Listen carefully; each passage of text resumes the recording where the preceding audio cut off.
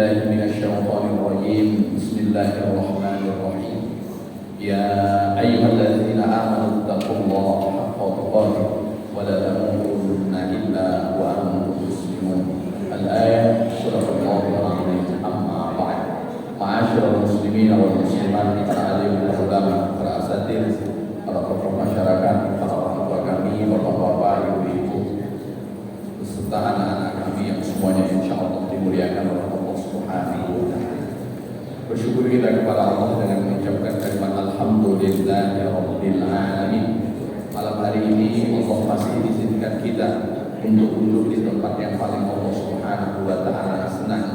Sebagaimana yang Rasulullah sallallahu alaihi wasallam sabdakan, ahabbul biladi ilallahi masajiduha. Tempat yang paling Allah senangi di muka bumi ini adalah masjid-masjidnya. Semoga dengan duduknya kita di tempat yang paling Allah senangi mengantarkan kita menjadi orang-orang yang dicintai oleh Allah Subhanahu wa taala. Amin ya rabbal alamin. Bersalawat kita kepada baginda Rasul dengan mengucapkan kalimat Allahumma shalli ala sayyidina Muhammad wa ala ali sayyidina Muhammad. Assalamu alayka ya Rasulullah. Saya berharap semoga kita menjadi bagian dari umat Rasul yang telah mendapat syafaatnya di padang mahsyar. Allah izinkan kita berkumpul berjumpa dengan beliau kelak di dalam surga Allah. Amin ya rabbal alamin. Rabiul Awal satu di antara 12 bulan dalam satu tahun. Di bulan Rabiul Awal ada anugerah nikmat terbesar yang Allah Subhanahu wa taala berikan kepada kita, yaitu lahirnya baginda Rasul sallallahu alaihi wasallam. Sedikit kita mengenang kembali bulan lahirnya baginda Rasul sallallahu alaihi wasallam ketika Sayyidah Aminah hamil 2. Lalu kemudian Abu Lahab, paman baginda Rasul sallallahu alaihi wasallam, menuntut Thuwaibah, hamba sahayanya, untuk membersamai Sayyidah Aminah di hamil 2, sambil kemudian meminta informasi kalau nanti keponakannya sudah lahir. Singkat cerita, Bapak Ibu yang dimuliakan oleh Allah Subhanahu wa taala, tibalah waktu lahirnya baginda Rasul sallallahu alaihi wasallam, bergegas Thuwaibah memberikan kabar kepada Abu Lahab bahwa keponakan lahir laki-laki. Lalu kemudian Abu Lahab bergembira yang berkesangatan, sehingga gembiranya itu dia ekspresikan dengan memerdekakan hamba sahayanya yang bernama Thuwaibah. Hari ini kau merdeka wahai Thuwaibah. Maka gembiranya Rasulullah sallallahu alaihi wasallam dengan hari di mana lahirnya baginda Rasul sallallahu alaihi wasallam, maka Abu Lahab setiap berjumpa dengan hari lahirnya baginda Rasul, Allah ringankan azabnya. Kalau Abu Lahab saja yang tidak beriman pernah gembira dengan lahirnya baginda Rasul, Allah ringankan azabnya. Bagaimana dengan orang yang beriman berjumpa dengan bulan Rabiul Awal, dia mau kembali mensyukuri nikmat lahirnya baginda Rasul, gembira dengan berjumpa hari dan bulan itu, tentu lebih dari apa yang kemudian Allah Subhanahu wa taala berikan kepada Abu Lahab. Maka bulan ini adalah bulan kita mensyukuri anugerah terbesar yang Allah berikan kepada kita. Bulan kita bergembira karena anugerahnya lah kemudian kita bisa kenal agama yang ditinggalkan oleh baginda Rasul sallallahu alaihi wasallam. Bapak Ibu jamaah yang dimuliakan oleh Allah Subhanahu wa taala, di pertemuan sebelumnya kita membacakan bab ma yaqulu man sami'al muazzin wal muqim, bab doa atau kemudian lafaz zikir yang dibaca oleh seseorang ketika mendengarkan azan dan ketika mendengarkan iqamah. Kita sudah sampaikan di pertemuan sebelumnya. Masih ingat Bapak Ibu? Masih, alhamdulillah. Kalau belum ingat ya angsur-angsur mulai mengingat, insyaallah nanti ketemu. Bahwa ketika kita mendengarkan azan dan ketika kita mendengarkan iqamah, kita dianjurkan untuk menjawab sebagaimana yang dikumandangkan oleh muadzin. Ada beberapa pengecualian di dalam azan, hayya 'alas shalah, hayya 'alal falah, kita menjawabnya dengan la haula wala quwwata illa billah. Jika pada azan subuh ada as-shalatu khairum minan naum, maka kita menjawabnya shadaqta wa bararta atau shadaqta wa barirta, dan kemudian keterangan yang lain ada shadaqta wa barirta wa ana ala dzalika Pada lafaz iqamah kita menjawab dengan kalimat yang sama, kecuali pada lafaz qad qamatis shalah, karena pada lafaz itu kita menjawab dengan kalimat aqama Allahu wa adana. Itu terkait dengan jawaban ketika kita mendengarkan azan dan kemudian ketika kita mendengarkan iqamah. Lalu kemudian fa idza faragha minal mutatabba'ati fi jami'il adzan shalla wa sallama 'ala nabi sallallahu alaihi wasallam. Dan ketika kita selesai menjawab sebagaimana yang diserukan oleh orang yang memandangkan azan, maka setelah itu kita dianjurkan untuk bersolawat dan bersalam kepada baginda Rasul sallallahu alaihi wasallam. Jadi azan selesai, la ilaha illallah. Setelah itu kita bersolawat. Mau kita sambung dari la ilaha illallah, lalu kemudian Muhammadur Rasulullah sallallahu alaihi wasallam, itu sudah dihitung bersolawat kepada baginda Rasul, atau kita pisahkan dengan kalimat Allahumma sholli ala sayyidina Muhammad wa ala ali sayyidina Muhammad wasallam. Itu diantara yang dianjurkan ketika azan sudah selesai diserukan. Kalau kita sudah mengikuti sebagaimana yang dikumandangkan oleh muadzin, setelah itu kemudian kita membaca sholawat. Setelah membaca sholawat baru membaca doa, Allahumma rabb hadhihi ad-da'wati tammah was-salatil qa'imah ati Muhammadanil wasilata wal fadilah wa ba'athu maqaman mahmudan alladzi wa'adta. Itu terkait dengan yang dianjurkan. Berarti sebelum membaca doa itu ternyata kita dianjurkan untuk membaca sholawat terlebih dahulu.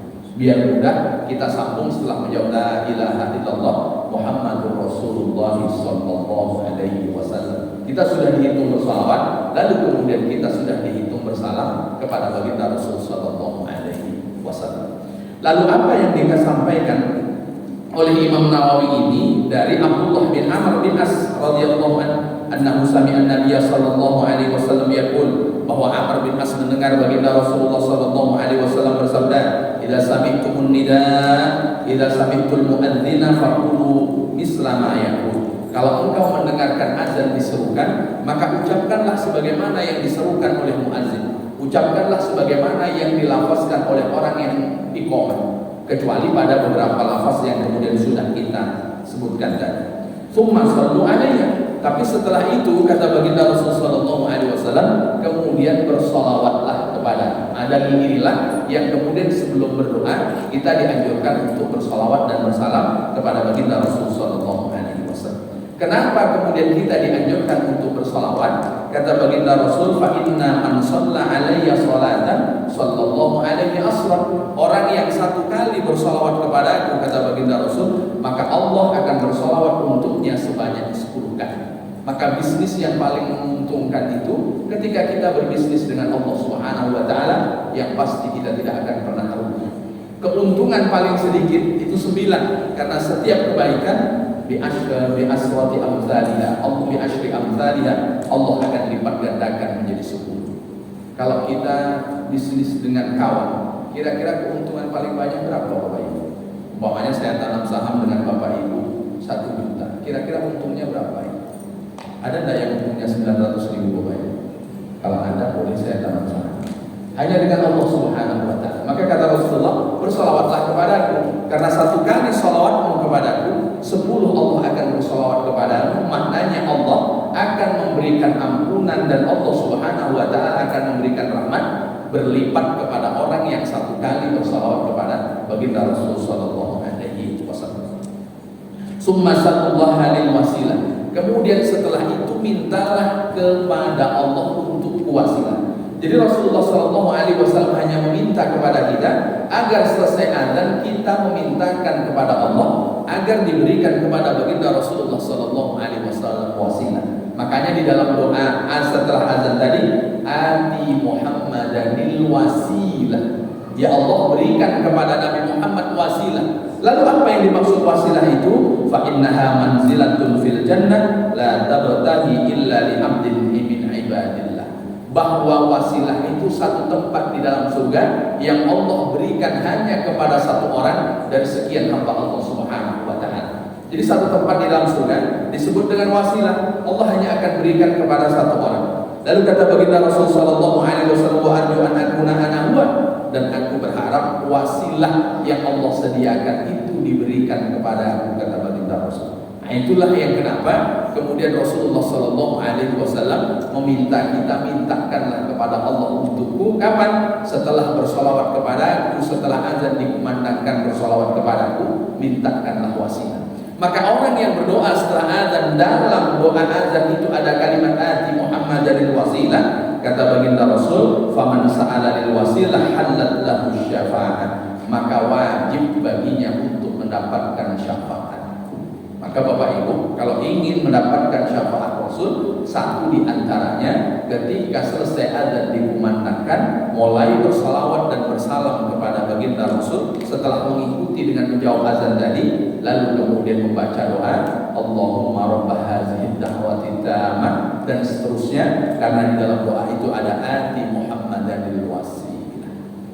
Kalau kita sudah membaca doa itu, insya Allah kita termasuk orang-orang yang mendapatkan syafaat dari baginda Rasul sallallahu alaihi wasallam. Jangankan kita, Sayyidina Anas saja yang hidup satu masa dengan Rasul. Orang yang hidup satu masa dengan Rasulullah itu kan Rasul sebut sebagai generasi terbaik. Khairul quruni qarni, sebaik-baik generasi adalah generasi. Berarti orang yang satu masa dengan Rasul 100 tahun pertama, itu yang paling terbaik. Tsummal ladzina yalunahum, kemudian orang yang 100 tahun setelah generasi itu yang disebut dengan tabi'in. Tsummal ladzina yalunahum, kemudian orang yang 100 tahun setelah tabi'in disebut dengan atba'ut tabi'in. Maka 300 tahun pertama inilah yang disebut dengan salaf. Kalau setelah itu siapapun mereka disebut dengan khalaf.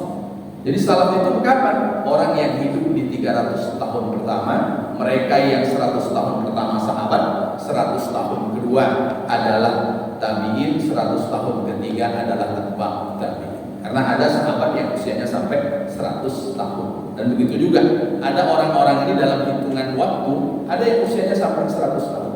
Memang hanya satu-satu hitungannya, tak banyak, karena mayoritas usia umat baginda Rasul sallallahu alaihi wasallam adalah mabaina sittin wa sab'in, antara 60 sampai kemudian 70, 60 sampai 69, 70 sampai 79, 80 ke atas, itu hitungannya satu-satu.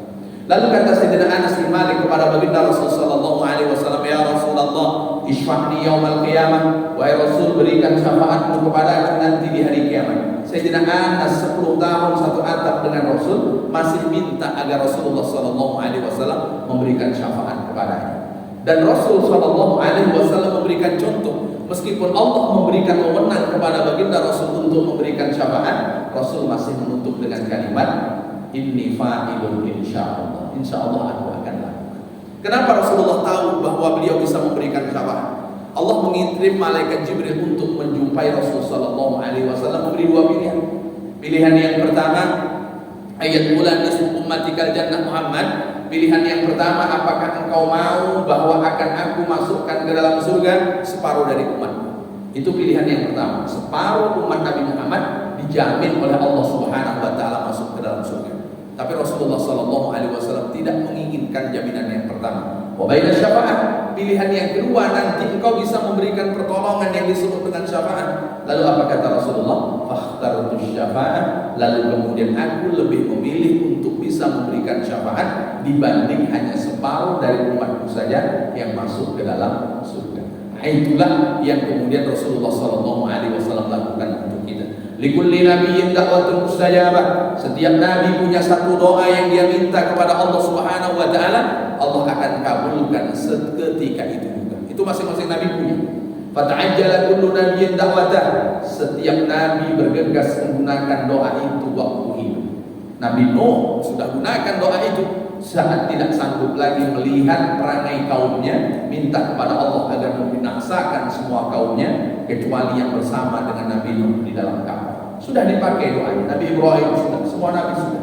Satu-satunya nabi yang tidak menggunakan doa itu meskipun dalam keadaan sulit adalah baginda Rasul sallallahu alaihi wasallam. Hijrah singgah ke Taif dilempari batu, mengalir darah dari pelipis Rasul. Rasul tak menggunakan doa itu. Ketika perang Khandaq, lapar Rasul sallallahu alaihi wasallam, dia ikat perutnya dengan kain yang di dalam kain ada batu menahan lapar. Kalau Rasulullah gunakan doa itu, kan sebentar Allah Subhanahu wa taala mengabulkan untuk Rasul. Tapi Perang Uhud, betapa banyak yang gugur di medan perang. Rasulullah juga tidak menggunakan doa itu. Ketika para sahabat bertanya, kenapa engkau tidak menggunakan doa itu wahai Rasul? Apa jawaban baginda Rasul sallallahu alaihi wasallam? Ikhtabatu syafa'atan li ummati yaumal qiyamah. Doa ini aku simpan karena nanti akan aku tukar untuk bisa memberikan syafaat kepada umatku di hari kiamat. Begitu sayangnya Rasulullah kepada kita, meskipun kita belum lahir, meskipun kita belum hadir, Rasulullah lebih memilih kesulitan yang dia lewati di dalam hidup karena dia lebih ingin memberi syafaat kepada umatnya, karena Rasulullah tak cukup kalau separuh dari umatnya saja yang masuk ke dalam surga. Kalau Rasulullah menjamin akan memberikan syafaat, maka semoga kita termasuk orang yang dijamin. Supaya kita termasuk orang yang dijamin untuk mendapatkan syafaat, kalau selesai azan, setelah membaca sholawat dan salam kepada Nabi, baru kemudian kita ikuti dengan membaca doa yang di dalam doa itu ada Ati Muhammadanil wasilah. Nah, itu pentingnya. Kenapa setelah azan diserukan kita membaca doa setelah azan. Tapi sebelum doa tadi dianjurkan untuk membaca sholawat kepada baginda Rasulullah sallallahu alaihi wasallam terlebih dahulu. Sayyidina Anas bercerita dalam kutipan Imam Nawawi, kata Imam Nawawi, kata Sayyidina Anas, ia berkata Rasulullah sallallahu alaihi wasallam bersabda, la yuraddu du'a bainal adzan wal iqamah. Ada waktu di antara sekian waktu yang waktu itu istimewa. Kapan? Antara azan dan iqamah, karena doa pada waktu itu adalah doa yang Allah Subhanahu wa taala akan kabulkan. Maka Bapak Ibu kalau ingin banyak meminta, selain sepertiga malam, selain kemudian duduknya khotib antara dua khutbah, antara azan dengan iqamah. Kalau azan dengan iqamah, ini kan kita jumpai dalam satu hari satu malam 5 kali. Kalau sepertiga malam hanya kita jumpai sekali. Kalau antara azan dan iqamah kita jumpai berapa kali? Kita jumpa 5 kali. Maka ada dalam setiap hari 5 waktu istimewa yang kita akan berjumpa dengan waktu itu antara azan dengan iqamah. Berdoa, banyaklah meminta kepada Allah Subhanahu wa taala, karena itu adalah waktu spesial, waktu mustajab. Saya dah sering doa Pak Ustaz antara azan dan iqamah. Nampaknya belum pula sampai kepada saya. Nah, itu biasanya orang ini kan dihitung yang belum Allah kabulkan. Sebanyak itu yang sudah Allah Subhanahu wa taala kabulkan, tidak pernah dia hitung. Orang ini menghitung yang tak ada, yang sudah dia jarang menghitung. Sehingga sedikitlah bersyukurnya kepada Allah Subhanahu wa taala. Dia lupa kalau keluar dari rumah membaca doa bismillah tawakkaltu 'ala Allah la haula wala quwata illa billah, sampai dia tempat tujuan selamat, pulang lagi sampai ke rumah selamat. Itu kan Allah kabulkan. Bapak Ibu masuk ke toilet baca doa, lalu kemudian keluar dari toilet kita membaca doa bahwa Allah sudah menghilangkan ada wa afani, azanya penyakitnya Allah keluarkan dan Allah mensehatkan kita. Bayangkan kalau kita masuk ke toilet 3 hari 3 malam tak keluar, kira-kira apa yang terjadi Bapak Ibu?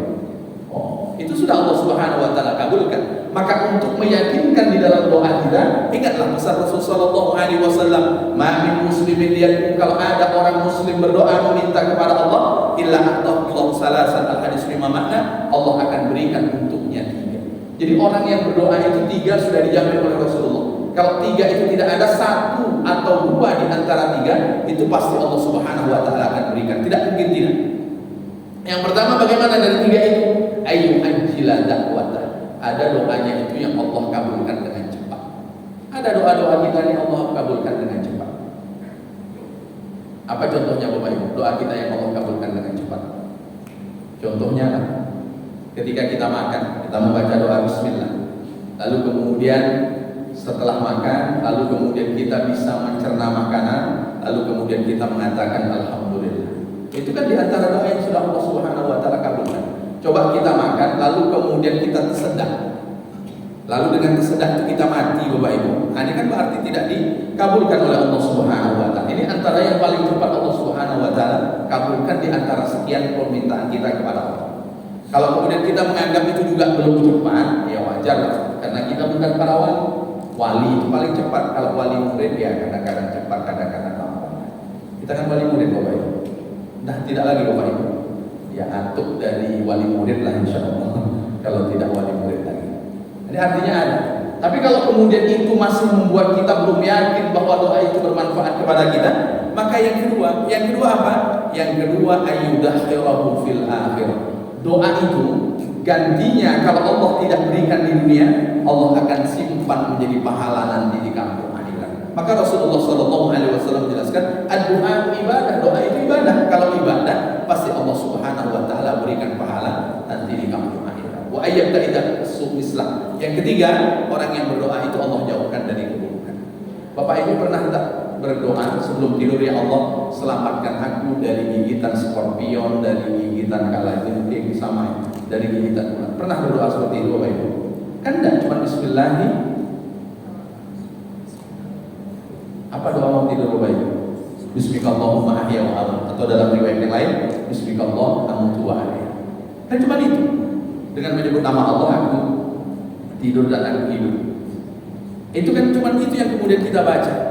Tapi kemudian ketika kita tidur, Allah Subhanahu wa taala jauhkan kita dari keburukan. Padahal selemah-lemah orang itu dalam posisi tidur, tapi Allah Subhanahu wa taala menjaganya karena sebelum tidur itu kita membaca doa, sehingga tidur kita Allah Subhanahu wa taala jauhkan dari keburukan. Maka di antara waktu yang istimewa berdoa antara azan dan iqamah. Ketika itu waktu istimewa, para sahabat bertanya kepada Rasul sallallahu alaihi wasallam, "Famadza naqulu ya Rasulullah?" Rasul, antara azan dan iqamah itu doa apa yang harus kami baca wahai Rasul? Lalu kemudian kata Rasulullah sallallahu al-afiyata fid dunya wal akhirah. Antara azan dan iqamah, doa yang jangan kalian tinggalkan, mesti kalian minta kepada Allah Subhanahu wa taala, mintalah afiyah di dunia, mintalah pula afiyah di akhirat, kata baginda Rasul. Sehingga kalau dibaca dalam bentuk doa, Allahumma inni as'alukal afiyata fid dunya wal akhirah. Itu doa yang Rasulullah sallallahu alaihi wasallam ajarkan kepada para sahabat. Antara azan dan iqamah jangan kita tinggalkan. Khawatir kita lupa setelah membaca Allahumma rabb hadhihi da'wati tammah sampai selesai, lalu langsung kemudian kita tambah Allahumma apa tadi Bapak Ibu? Inni as'alukal afiyata fid dunya wal akhirah. Kalau ingin ditambah Allahumma inni as'alukal afwa wal afiyata fid dunya wal akhirah. Itu kita minta kepada Allah Subhanahu wa taala. Kalau hidup Allah jauhkan dari afiat, celaka kita. Kalau kemudian mati Allah juga jauhkan kita dari afiat, celaka pula kita. Makanya Rasulullah mengajarkan kepada kita agar kita minta afiat. Pernah saya sampaikan kepada Bapak Ibu, afiat itu al-ibtian an kulli makruhin. Allah jauhkan dari sesuatu yang kita tidak menyukai. Artinya kita tidak menyukai dan itu akan membawa kebaikan bagi kita. Allah akan jauhkan. Makanya mintalah antara azan dan iqamah kepada Allah Subhanahu wa taala, Allahumma inni as'alukal afwa wal afiyata fid dunya wal akhirah. Di dunia Allah berikan afiat, di akhirat Allah berikan afiat. Afiat ini kalau Bapak Ibu buka terjemahan biasanya maknanya sehat. Padahal antara sehat dengan afiat itu berbeda. Afiat itu Allah jauhkan dari keburukan karena memang bahasa Indonesia kita itu sangat terbatas kosakatanya sehingga tidak bisa mewakili untuk menerjemahkan semua bahasa Arab. Maka banyak bahasa-bahasa itu yang disandur.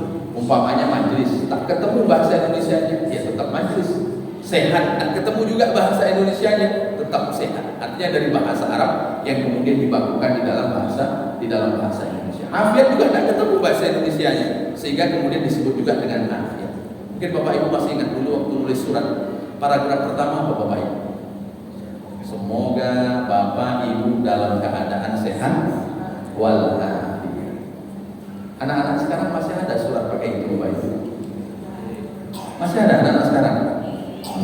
Anak-anak sekarang jangan pakai itu. Pak, duit saya habis. Ma, duit saya habis. Keperluannya A, B, C, D, E, F, G, H, I, J. Lalu kemudian disebutkan lagi. Jangan mendoakan dahulu semoga ayah ibu dalam keadaan sehat walafiat. Kenapa? Karena orang sekarang berkomunikasi itu sudah semakin mudah. Tapi ketika mudah melepaskan doa ketika berkomunikasi. Padahal satu di antara doa itu semoga dalam keadaan sehat. Berarti secara fisik, afiat Allah jauhkan untuk ayah ibu dari keburukan di dunia, Allah jauhkan untuk ayah ibu dari keburukan nanti di akhirat. Sederhana tapi punya makna yang luar biasa. Itu hanya dilakukan oleh orang-orang zaman dulu. Orang-orang zaman sekarang ada pun mungkin presentasinya sangatlah kecil sekali. Biasanya itu kan sehat dan walafiat. Itu yang kemudian selalu ditulis ketika kita menulis surat. Karena orang sekarang itu sudah langsung pakai percakapan karena bisa video call. Atau kalau menulis surat dia via WhatsApp. WhatsApp itu kan suratnya tak seperti pula surat formal kan, langsung kemudian poinnya saja tanpa kemudian ada pengantar agar Allah sehatkan Bapak ini, agar Allah Subhanahu wa taala berikan kesehatan dan afiat. Ternyata afiat itu luar biasa. Bapak Ibu masih ingat bersurat-surat dulu Bapak Ibu? Halo Bapak Ibu, masih ingat? Masih ingat? Nunggu surat itu berapa hari? Surat itu sampai antar kota. Nah, ini kan luar biasa juga, menunggunya itu ya lumayan lama. Maka kata afiat itulah kalau bisa jangan dihilangkan di dalam doa antara azan dengan iqamah. Itu pesan baginda Rasulullah SAW kepada kita. Lalu setelah itu Bapak Ibu yang dimuliakan oleh Allah Subhanahu wa taala, bab ma yaqulu ba'da rakaati sunati subhi. Ada doa antara azan dengan iqamah terkhusus setelah sholat sunnah 2 rakaat sebelum subuh. Jadi ada sholat sunnah sebelum melaksanakan sholat subuh, setelah azan subuh namanya sholat sunnah fajar yang Rasulullah SAW sabdakan, rakaatul fajri khairun minad dunya wa ma fiha. 2 rakaat sebelum melaksanakan sholat subuh disebut dengan sholat sunnah fajar, itu lebih baik dibanding dunia dan seisinya. Makanya ketika kita selesai melaksanakan sholat sunnah qobliyah subuh, lalu kemudian azan ini belum iqamah, belum diserukan, waktu masih agak lama, karena biasanya antara azan dengan iqamah subuh itu yang paling panjang dibanding waktu-waktu yang lain. Kita sudah meminta kepada Allah afiat di dunia, di akhirat sudah. Lalu kemudian ada kesempatan lagi untuk meminta. Apa yang perlu kita minta? Kata Imam Nawawi, kami meriwayatkan dalam kitabnya Ibnu Sindi dari Abil Mulai, lalu kemudian dari Abi Mulai. Abi Mulai itu namanya Amir bin Usama, dari ayahnya berarti Usama radhiyallahu anhu shalla rakaatil fajri wa anna Rasulullah sallallahu alaihi wasallam shalla qariban min. Kata Usama, Rasulullah, Usama ini sholat qobliyah subuh. Lalu kemudian Rasulullah sallallahu alaihi wasallam kebetulan juga sholat sunnah qobliyah subuh. Waktu itu tidak di rumah, di masjid. Di masjid. Memang kebanyakan sholat sunnah Rasulullah sallallahu alaihi wasallam itu di rumah, sholat sunnah beliau. Tapi perlu digarisbawahi juga Bapak Ibu, karena Rasulullah Sallallahu Alaihi Wasallam rumahnya itu bersebelahan dengan masjid. Kalau kita dekat dengan masjid tidak apa-apa. Kalau jauh tak terkejar nanti. Maka para sahabat banyak juga yang melakukan sholat sunnah rawatib itu di masjid. Maka kebetulan waktu itu Rasulullah sholat bersebelahan dengan Usama subuh ini, qobliyah subuh. Lalu kemudian Rasulullah Sallallahu Alaihi Wasallam sholat raka'ataini khafifatain. Sholat Rasulullah Sallallahu Alaihi Wasallam 2 rakaat, dan 2 rakaat itu Rasulullah laksanakan dengan cepat. Maknanya bacaan suratnya pendek. Makanya sholat sunnah qobliyah subuh, rakaat pertama membaca Al-Kafirun, rakaat kedua membaca surat Al-Ikhlas.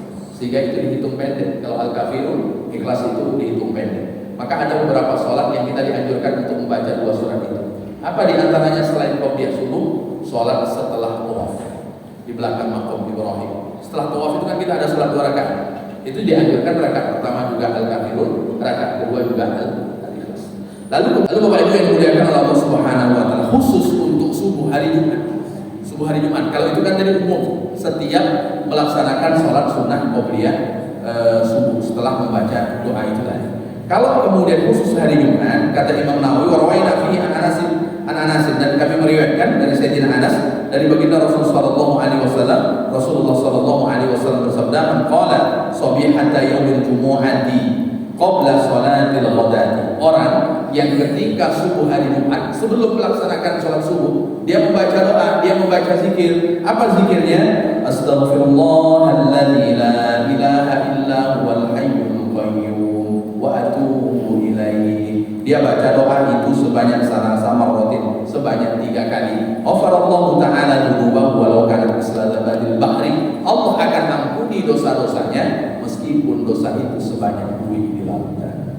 Jadi makanya di antara yang istimewa zikir kita khusus di hari Jumat sebelum kita melaksanakan sholat subuh adalah beristighfar kepada Allah Subhanahu wa ta'ala.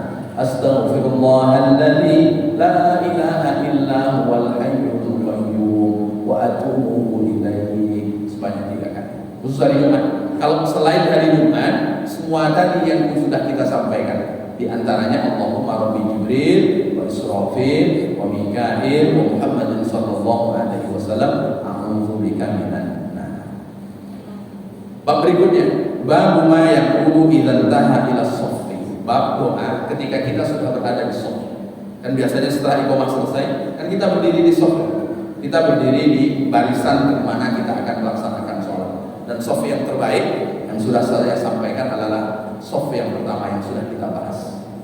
Law ya'lamun nas ma fid nida wa fis shaffil awwal. Kalaulah seandainya orang tahu pahala mengumandangkan azan dan pahala berada di shaf yang pertama, summalam yajidu, kemudian mereka tidak bisa azan, mereka tidak bisa kemudian berada di shaf yang pertama, melainkan dengan cara diundi, maka mereka akan berebut untuk bisa ikut undian supaya bisa azan, supaya bisa berada di shaf yang pertama. Jadi kalau sudah ada di shaf berdiri, maka kemudian kita juga dianjurkan membaca doa. Kata Imam Mustawu, wa'tadilu, luruskan dan rapatkan, fa inna taswiyatus sufuf min tamamis shalah, umpamanya. Setelah imam mengingatkan untuk merapatkan shaf, meluruskan shaf, lalu kemudian ada doa yang kemudian dianjurkan kita membaca. Riwayatnya dari Sa'ad bin Abi Waqqas radhiyallahu anhu, anna rajulan ja'ila shalah wa Rasulullah sallallahu alaihi wasallam yusalli. Ada seseorang yang mengikuti sholat bersama dengan baginda Rasulullah sallallahu alaihi wasallam melaksanakan sholat berjamaah. Dia ikut dengan baginda Rasulullah sallallahu alaihi wasallam sholat berjamaah.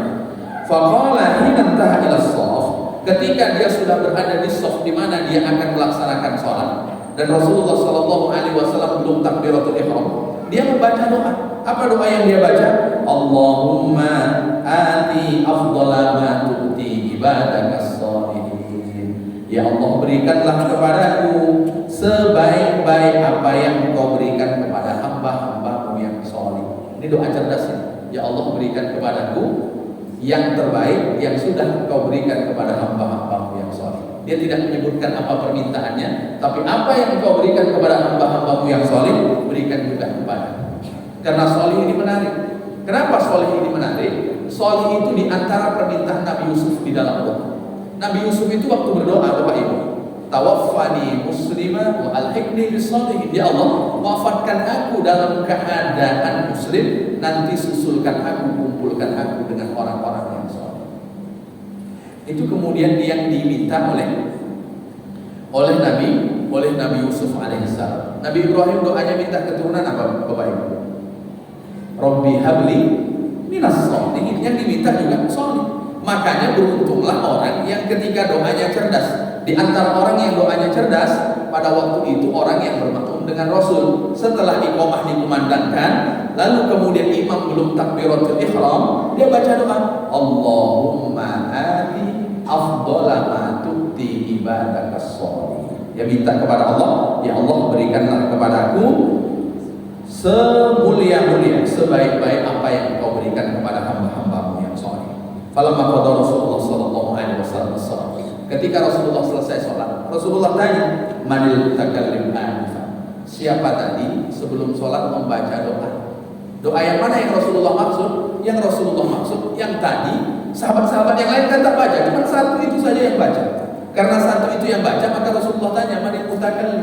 Siapa tadi yang selesai kemudian iqamah diserukan sebelum saya takbiratul ihram, dia membaca doa Allahumma ati afdhala ma tu'ti ibadakas shalihin. Lalu kemudian sambil takut dia mengatakan, ana ya Rasulullah. Dia takut ini bahwa apa yang dia lakukan itu membuat Rasulullah sallallahu alaihi wasallam marah. Maka sambil takut-takut dia mengatakan, ana ya Rasulullah, aku tadi yang membacanya wahai Rasul sallallahu alaihi wasallam. Apa kata baginda Rasulullah? Idzan yuqalu jawanuka wa tushhadu fi sabilillah ta'ala. Pahala yang engkau dapatkan, kata baginda Rasulullah, karena engkau membaca doa tadi seperti engkau berperang di medan perang, lalu kemudian kudamu terbunuh saat engkau perang, dan engkau juga wafat di jalan Allah Subhanahu wa ta'ala. Itu yang Rasulullah sallallahu alaihi wasallam sampaikan.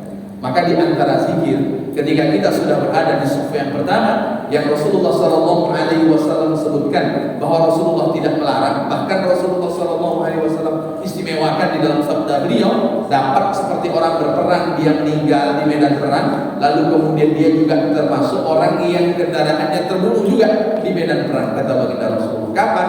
Kalau setelah iqamah kita membaca doa yang kita baca, Allahumma ati afdhala ma tu'ti ibadakas shalihin. Hafal Bapak Ibu? Nah, kalau tak hafal diting ulang saja siaran ini nanti. Nah, insyaallah hafal lah ya. Agak panjang menit-menitnya Pak Ustaz. Cepat-cepatkan kita tengok di menjelang menit terakhir sudah selesai. Artinya kalau kita lihat di dalam video ini terkait dengan beberapa doa yang kemudian saya sampaikan dan kita bacakan pada kesempatan malam hari ini. Dan insya Allah masih ada doa lain sebelum kemudian kita melaksanakan takbiratul ihram dan kita akan sampaikan di pertemuan yang akan datang. Mungkin ada yang ingin diskusikan, Bapak Ibu, dipersilakan.